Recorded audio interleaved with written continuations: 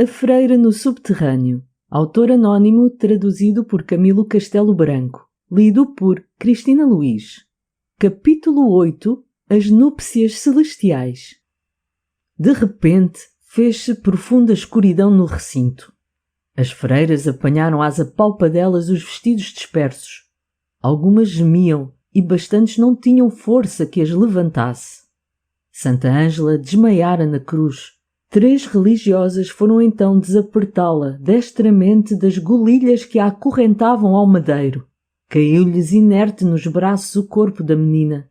Uma tomou-a pelos ombros, outra pelos pés, enquanto a terceira, procurando na parede certa mola, abriu uma portinha que dava para um estreito recinto cavado na espessura da parede. As 2 freiras velhas puseram o corpo sobre um leito formado de muitas almofadas justapostas. Depois umedeceram finos lençóis de cambraia em água aromatizada de um vaso que ali estava sobre uma banquinha. Estes objetos precisos ao enterramento da crucificada estavam preparados, porque já sabiam que pelo menos uma das freiras novas levaria até àquele extremo de demência a prova da sua devoção. Santa Ângela permanecia imóvel, com as pálpebras cerradas e o corpo hirto sobre almadraques de damasco escarlate. Parecia realmente morta. Ao lavarem-lhe o peregrino corpo, cingiram-lhe na cabeça uma coroa de rosas. As 2 monjas contemplavam-na, quando por entre os lábios lhe ciciava um suspiro sibilante. Depois sumiram-se por uma avenida que se fechou logo tão hermeticamente que os mais perspicazes olhos não vingariam descobri-la, passados momentos. Dissemos que Santa Ângela estava deitada sobre um flácido coxim. Em frente deste havia o outro coberto de veludo preto, sobre o qual se estendia uma imagem de Cristo descido da cruz. Era maravilhosa aquela escultura. Nesta fúnebre câmara não se via o crucifixo retesado, anguloso, atormentado como o do luctório. Este que acompanhava Santa Ângela em seu retiro era em verdade o mais gentil dos filhos dos homens. A cabeça, esplendidamente bela, atraía com inefável expressão de ternura. Brilhavam-lhe os olhos por entre as longas e sedosas pestanas. Parecia chamar com os lábios. As asas do nariz como que arquejavam. Coroavam-lhe a fronte louros cabelos, semelhantes à barba um tanto frisada. Braços admiráveis caídos ao longo do corpo, com flexibilidade de vivos. As mãos encarnadas nas palmas pareciam cheias de pétalas de flores vermelhas e não manchadas de sangue na cisura dos cravos. Pernas nervosas e pés de irrepreensível delicadeza. Não era estátua de homem, senão de um Deus. Quanto podem artistas realizar um tipo sobrenatural? Mas esta divindade sedutora parecia vagamente maliciada de idolatria pagã. Era Jesus morto ou Apolo ferido? Aquele admirável corpo não exalçava o pensamento e, se ideias carnais assaltassem o espírito contemplativo, com toda a certeza devera pensar-se que, se um prodígio animasse tal estátua, qualquer virgem se daria por contente de tal esposo. A legenda de Voragine, a vida dos santos de Godescar, superabundam em milagres daquela natureza. Umas vezes o caminheiro que pede agasalho se transfigura de manhã na beleza de Jesus. Outras vezes, uma formosa rainha que levava em braço um menino doente o vê transformar-se em imagem do crucificado. O que já sucedeu pode suceder de novo, ou, pelo menos, é fácil compreender que as freiras moças, afeitas aos perpétuos contos de tais visionices, milagres e transfigurações, se iludam facilmente. Deram-lhes uma particular educação de que cedo ou tarde são infalíveis as consequências. A noviça que vive em esperanças de gozar um dia os amplexos do esposo divino está sempre a ponto de aceitar o prodígio em cada noite, porque as noites encerram favores misteriosos e é de noite que as há de visitar o amantíssimo noivo. Sob qualquer forma que lhe apareça, adorá-lo-á, em arrobos de celestial prazer, e ao romper da aurora, lhe estará dando pranto de reconhecimento infindo. Os dias passa-os a merecer preferências do Salvador. As noites a esperar sinais dessa distinção. Se o corpo sofre, o espírito reacende-se-lhe. Elanguecem-na dulcissimamente os perfumes do ar que respira. Murmura palavras estranhas, cheias de blandícias misteriosas. Diz a Jesus o que amantes não ousam dizer aos amados. Presta-se-lhe a língua flexível a toda a variedade de expressões amorosas. Estão-lhe contínuas nos lábios as palavras êxtases, delíquios, arrobos, prazeres divinos, esvaimentos, infusões angélicas, supremas exultações. Chama o amado, oferece-se-lhe, dá-se-lhe langorosa. Sem saber como, sente-se, a um tempo, exaltada na fantasia e nos sentidos. Arde, ama, arfa de misteriosos desejos, voláteis como as auras, discretos como um sonho, tão abismados nas profundezas inocentes do seu espírito que julga sentir eflúvios de graça quando o coração lhe palpita mais forte e a respiração mais apressada. Bem sabe ela que perigos afronta. Naquele vago aspirar à condenação, crê ganhar o céu. Crava os olhos no Cristo sem sobressaltos nem remorsos, sem mesmo atentar na nudeza da imagem resplendente. Lê a relação dos milagres, que não aprofunda e todavia lhe conturba o íntimo seio. Por exemplo, se folheia a vida de São Bernardo, verá que este mavioso servo de Maria, ornamentando o seu cubículo com uma imagem da Virgem Mãe, não podia desfitar os olhos dela. Aquela doce imagem o mantinha devoto e ajoelhado, escravo submisso. Mas ele não fixava tão somente a vista no semblante da filha de Judá. O que mais ali o enlevava e lhe incutia pios ciúmes era ver o formoso seio de Maria, túmido a um tempo de puro leite e de virgindade. Aquelas róseas carnes sem mácula tentavam-no como um fruto. E então exclamava ele, falando ao inocente Jesus, cujos lábios se colavam no peito de alabastro, enquanto com as mãozinhas lhe o acariciava maciamente. Que eu não esteja em vosso lugar, ó divinal menino! Porque não há de uma boca sedenta colar-se também ao alvo colo que se dá aos teus beijos?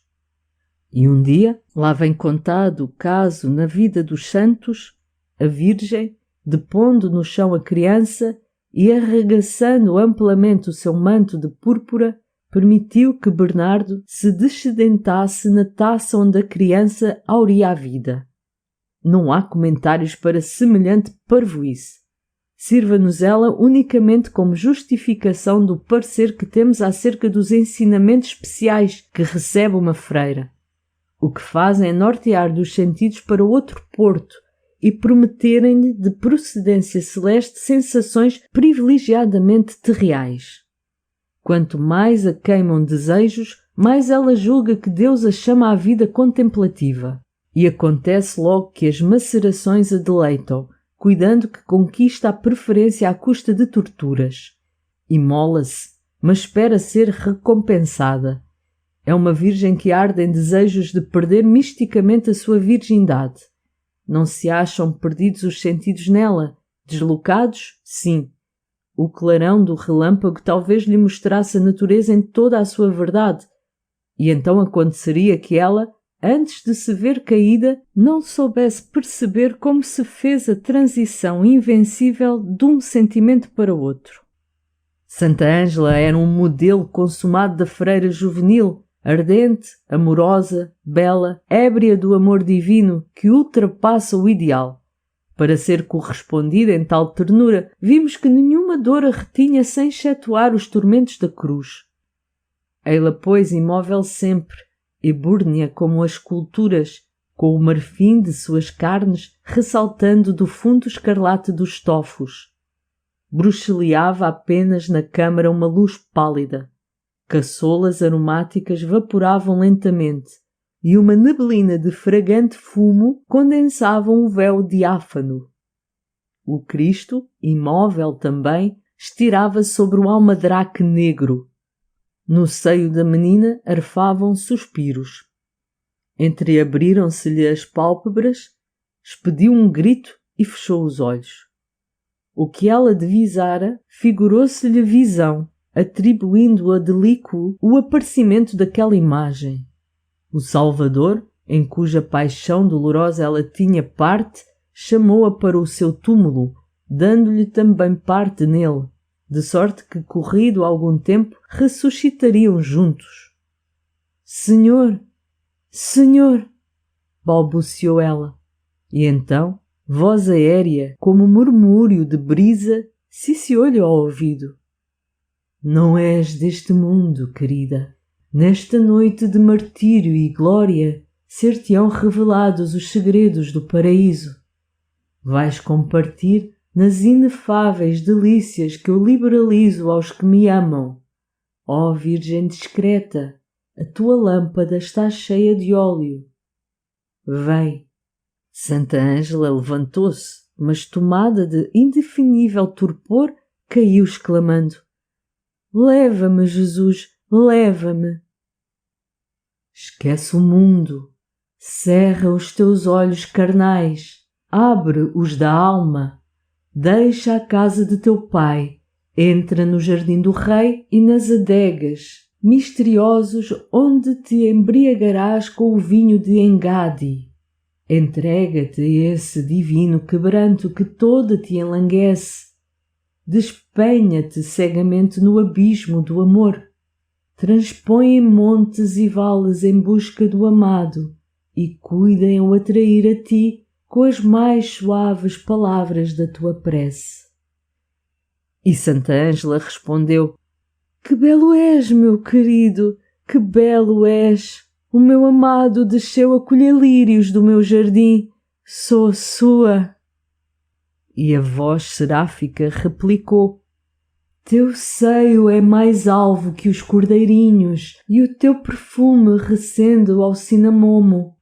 Que formosa és, ó querida, que formosa és! Dá-me um beijo da tua boca. Auras de estio perfumadas e o ardor da brasa viva eram a dupla impressão que Santa Ângela sentia. Coava-lhe nas veias estranho fogo, era um sentir quase doloroso, e todavia ela alongou os beiços à feição de beijo. E a voz continuou: Tu és a minha pomba, prendeste-me o coração num só lance de olhos, com um só de teus cabelos. A tua boca é favo que destila mel, mel e leite adoçam tua língua. És um jardim fechado, uma fonte defesa. Santa Ângela balbuciou: Durmo e o meu coração vela, enlangueço de amor. Neste lance, o bafejo que roçou a face da estática foi por tanta maneira afogueado que ela cuidou sentir uns lábios nos seus. E ao mesmo tempo os perfumes dos vasos deram todos os aromas, a luz da lâmpada empalideceu mais, e figurou-se à freira que o Cristo morto se levantava do seu leito mortuário. Escureceu de todo, e aquela voz mais cariciosa acrescentou: És semelhante à palmeira na estatura, e eu subirei à palmeira a colher-lhe dos frutos. O teu pescoço é semelhante a um cacho de uvas. A asa de um anjo deslizaria no seio arquejante da estática. Santa Ângela murmurou um gemido delicioso de celestiais volúpias e disse com voz pirante estas palavras: A sua mão esquerda está debaixo da minha cabeça e com a direita me abraça. E, depois, ouviu-se este dizer: Minha querida, minha tão amada, eu colhi o favo com o seu mel e colhi a mirra com os seus olores. E logo, à maneira de eco, um gemido prolongado e estas palavras: O meu amado é como um raminho de mirra, e entre os meus dois seios o hei de ter. Depois, silêncio, silêncio de supitamento, de misteriosa embriaguez. Passaram minutos e horas. A claridade fez a pouco e pouco na câmara sagrada, cujo ambiente estava nubloso de perfumes. A imagem do Salvador imóvel sobre o coxim negro ficou sozinha no retiro. Santa Ângela saíra e como que despertara, extenuada na sua cela. Langor estranho a alquebrava. Sofria, abafava, não se reconhecia, palpava-se nos braços, percorria a fronte para certificar-se de que era viva. A existência normal parecia-lhe sonho. Tantas e tão novas sensações a exagitavam desde que voltara a si. Lembrava-se na casa penitenciária, onde, louca da loucura da cruz, se deixara ir, depois a alma generosa, deu-se como Cristo aos algozes e, como ele, caiu extenuada. Depois, sentira-se transportada ao céu em nuvens de incenso e ouvira a voz do amado e com ele dialogara as frases sensualmente amorosas do Cântico dos Cânticos, escritas pelo mais apaixonado rei sob os olhos da Sulamita. E experimentara a ebriedade do êxtases quando a vida se lhe escoava em tão violentas delícias que todo o seu ser lhe parecia engolfar-se por abismos sem fim. E assim fora, de certo. Primeiro o martírio, depois as núpcias com o Cordeiro. E então, arraiada no pallor da face pelas iluminações dos recordados prazeres, dizia: Vem, ó querido, vem! Santa Ângela não sabia que hora era. Ia vestir o hábito quando a porta se abriu subtilmente. A perlada entrou e, contemplando penetrantemente, a freira disse: Dispenso-te hoje do coro e dou-te uma companhia que te distraia. Esta companheira era Bárbara. Tão radioso estava o semblante de Santa Ângela quanto quebrado e sombrio o da sua amiga. As duas carmelitas aproximaram-se. Os olhos de Bárbara inundaram-se de lágrimas. Pobre mártir, disse ela, pobre mártir. Lamentas-me, acudiu Santa Ângela. Se te lamento! Ah, que horrível demência ontem se apossou destas mulheres! Nunca poderei esquecer o que vi, nem jamais tornarei a ver. Cega! Cega! Disse Santa Ângela sorrindo. O que tu sofreste? Não, não, estás muito enganada com o que é dor física. Ontem, ao começar a tortura, confesso que me entravam nas carnes agulhas de fogo. Os nervos não podiam, senti-me desfalecer. Mas, se o miserável corpo enfraquecia, o espírito venceu. Minha alma levantou-se logo como se tivesse imensas asas. Superei o corpo, a ponto de já não sentir as mordeduras da flagelação. Quando me deitei na cruz, todo o meu sentir era a ambição do céu.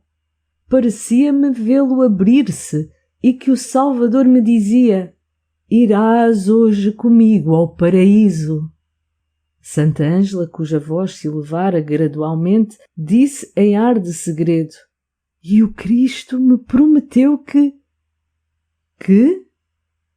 E cumpriu o que prometera, murmurou a freira, purpurejando-se como a noiva no seu primeiro dia de esposa. Bárbara, que não podia tolerar a ideia do sofrimento físico, achegou-se mais da amiga e disse-lhe: Conta-me tudo.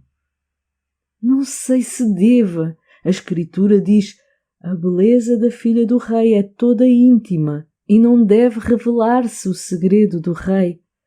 Mas, se eu falei, minha irmã querida, é para te convencer de que a penitência que recusaste encerra prazeres infindos. Que prazeres? Perguntou Bárbara. Recorda-te dos dons sobrenaturais concedidos aos santos, os lumes da visão beatífica, as delícias do êxtases, os arrebatamentos de amor de São Francisco Xavier, que, abraseado em indistinguível fogo, exclamava: Basta, senhor, basta! Lembra-te dos veimentos amorosos de Santa Teresa. Olha, tudo eu senti, tudo. Tu? Eu, sim, onde estive, levaram-me, não sei como, era talvez um anjo que me envolveu nas suas asas e me levou a Deus. Não o vi com os olhos, nem meus ouvidos o ouviram. O coração humano não pode imaginar o que o Salvador dá àqueles que o amam. Não te percebo. Quando te levaram da sala, sabes onde foste?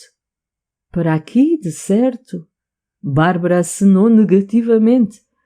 Então, para onde? Tornou a estática. Que sei eu, desde ontem à noite que me sinto trespassada de um pesadelo horrível. Estás aí falando em transportes divinos e eu penso que assisti a uma cena de inferno. Dizes que os anjos te levaram para longe da vida material e eu, nisso de anjos, o que vi foi uma bengalé de demónios. Falas em cântico dos cânticos e o que eu tenho na lembrança é a toada plangente dos salmos de David. Eu ensandeço, juro-te que ensandeço se torno a ver semelhantes quadros. Aceito o convento na glacial regularidade do seu viver, curvo-me à regra, não quebrantarei os votos, isto e só isto farei. Não podem exigir mais de mim. Pois não queres merecer a efusão da graça? Fala-me da tua visão, minha mística dulcíssima, virgem discreta, cuja lâmpada desborda de olorentes óleos. Conta-me tudo, tudo. Quando despertei, vi-me deitada sobre uma cama. Cercavam-me perfumes, nuvens de incenso que quebravam a luz do céu. O Cristo estava defronte de mim. O Cristo! Exclamou Bárbara. Tal qual a gente o vê quando as santas mulheres o sepultaram, belo e lívido. Reconheceu-me, falou-me. Que sonho! Que quimera! Falou-me, repito, e sua voz entrou-me n'alma como celestial harmonia. Depois, uns gozos desconhecidos me deram tremuras. A brasa de Isaías calcinava-me os lábios. Um esvaecimento me enlanguecia todas as fibras. Bárbara, ao recordar o primeiro beijo de Zolpki, estremeceu. E depois? Perguntou ela, reflexiva e concentrada. Depois sentia-me tão languidamente abatida como se me estivessem amolecendo as mãos dos anjos, naqueles dulcíssimos contactos que as virgens devem sentir ao ascenderem para Deus, carícias divinas, mercês de alto amor, que eu toda ânsias me ia ao encontro delas para as saborear melhor. Algumas vezes abafava-me o excesso da delícia e tremiam-me na garganta uns gritos inarticulados. Mudando de natureza, as minhas sensações revelavam-me deleites novos. E, ao fim, um longo estremecer me agitou. O rapto arrebatou-me. Oh, que desfalecimento! E depois? Perguntou Bárbara. Depois despertei aqui com saudades da minha visão que se esvaiu e ansiosa porque se abra outra vez a sala da penitência por onde vamos ao Jardim das Delícias. Ah, Bárbara, minha amiga, minha irmã, se tu pudesses sondar o mistério que esta noite me foi revelado, não recusarias aceitar as passageiras dores que pagam por certo semelhantes gozos. Ainda não percebi o enigma, murmurou Bárbara. Qual enigma? O que me embrulha a tua narrativa? Pois não foi ela tão simples e admissível? Escuta, disse Bárbara erguendo-se e tomando nas suas mãos as mãozinhas de Santa Ângela. A tua alma é pura e a tua confiança infantil. Estimo-te e quero-te por tua santa ignorância, ainda que ela te abisme. Tu, neste instante, desvairas certamente. Estavas febril quando pensavas sentir júbilos celestiais, ou então... Bárbara conteve-se, murmurando. Oh, seria horrível. O quê? Perguntou Santa Ângela. Não terias ânimo que te fizesse descer ao fundo negro do que eu penso. Hei de ir sozinho onde está a última palavra do mistério. Por onde eu fui? Deus sabe por onde eu irei. E saiu da cela instantes depois. Eu não sonhei, dizia ela entre si no caminho do coro. Só eu talvez possuo o segredo do que se passava. Oh, se possuo, eu bem vi. Mas não irei ferir aquela pobre alma. O que farei é acautelar-me. E acrescentou ao transpor o limiar do coro. E meu pai a recear que a desonra lhe entrasse em casa mediante as inocentes entrevistas com Zolki.